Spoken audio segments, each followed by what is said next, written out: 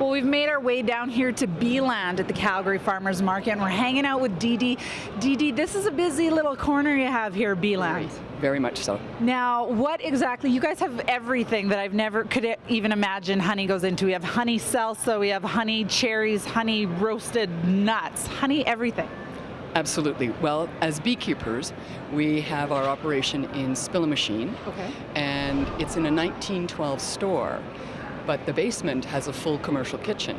So we look after the bees make honey, and then we make our honey food products in the commercial kitchen there. How many of you work together in Beeland? Well, the owner of it is Morley Winnick, and so he has his master beekeeper from Simon Fraser University. Wow. And there's myself. There are 3 other individuals who are involved.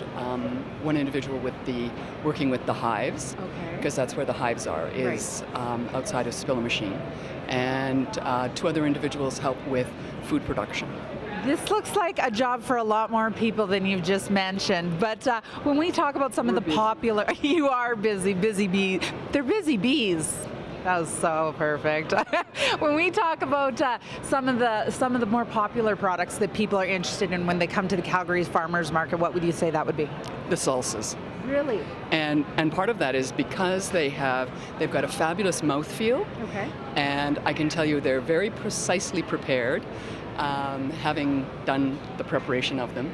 But it's also because they've got so many uses. So people can use them as a salsa. They can use them on eggs, like huevos rancheros. Yes. They can use them on pastas, and people really like that.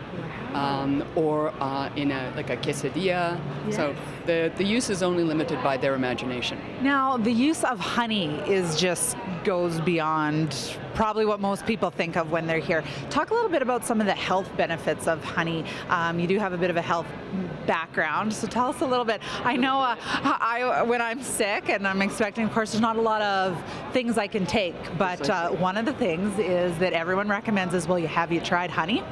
Well, and what you want is raw honey. And the reason for that is that has the intact enzymes and pollen.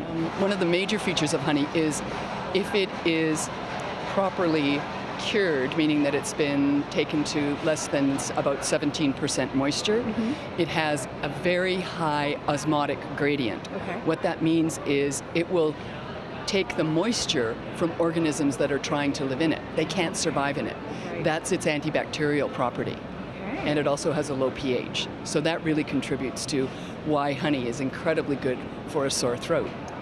Perfect. Now we know why you have to have hot water and honey, or put honey in your tea. Well, you don't put honey in your tea if you want that protective aspect. And that's because would be taking it to that temperature. Over 70. Most coffees and teas are over 70 degrees Celsius. So my recommendation is enjoy it in your tea and or coffee, because that's fabulous, and then have a tablespoon afterwards. Dr. Dede over here is teaching us so much about honey. I had no idea. We'll let you get back to work. I know it's a busy spot. We're going to be back with more from here at the Calgary Farmers Market right after this. I'm going to go have a teaspoon of honey just because. Well, yeah, and I'm going to give you some right now. Yes.